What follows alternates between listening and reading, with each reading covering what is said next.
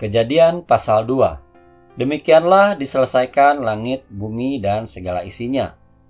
Ketika Allah pada hari ketujuh telah menyelesaikan pekerjaan yang dibuatnya itu, berhentilah ia pada hari ketujuh dari segala pekerjaan yang telah dibuatnya itu.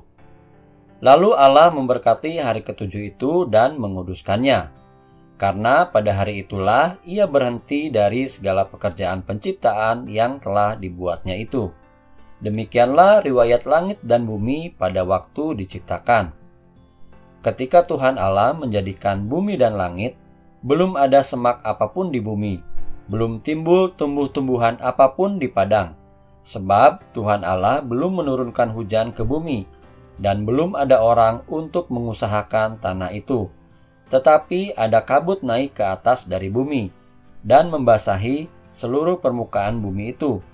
Ketika itulah Tuhan Allah membentuk manusia itu dari debu tanah dan menghembuskan nafas hidup ke dalam hidungnya. Demikianlah manusia itu menjadi makhluk yang hidup. Judul perikop manusia dan Taman Eden. Selanjutnya Tuhan Allah membuat taman di Eden di sebelah timur. Disitulah ditempatkannya manusia yang dibentuknya itu. Lalu Tuhan Allah menumbuhkan berbagai-bagai pohon dari bumi yang menarik dan yang baik untuk dimakan buahnya, dan pohon kehidupan di tengah-tengah taman itu, serta pohon pengetahuan tentang yang baik dan yang jahat. Ada suatu sungai mengalir dari Eden untuk membasahi taman itu, dan dari situ sungai itu terbagi menjadi 4 cabang. Yang pertama namanya Pison, yakni yang mengalir mengelilingi seluruh tanah Hawilah, tempat emas ada, dan emas dari negeri itu baik.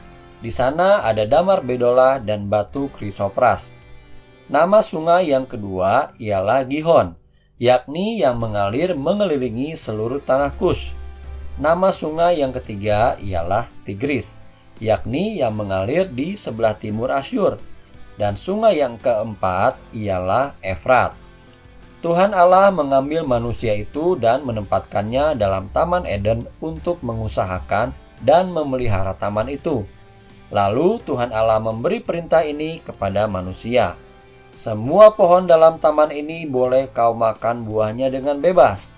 Tetapi pohon pengetahuan tentang yang baik dan yang jahat itu janganlah kau makan buahnya.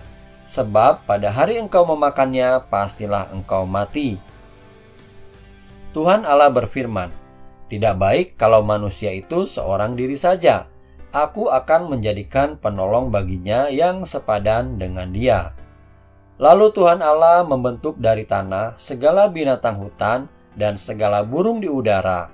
Dibawanyalah semuanya kepada manusia itu untuk melihat bagaimana ia menamainya.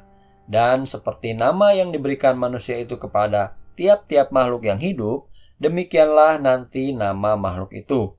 Manusia itu memberi nama kepada segala ternak, kepada burung-burung di udara, dan kepada segala binatang hutan.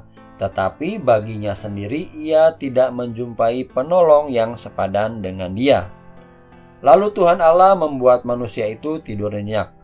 Ketika ia tidur, Tuhan Allah mengambil salah satu rusuk daripadanya, lalu menutup tempat itu dengan daging. Dan dari rusuk yang diambil Tuhan Allah dari manusia itu, dibangunnyalah seorang perempuan. Lalu dibawanya kepada manusia itu. Lalu berkatalah manusia itu, "Inilah dia, tulang dari tulangku, dan daging dari dagingku. Ia akan dinamai perempuan sebab ia diambil dari laki-laki.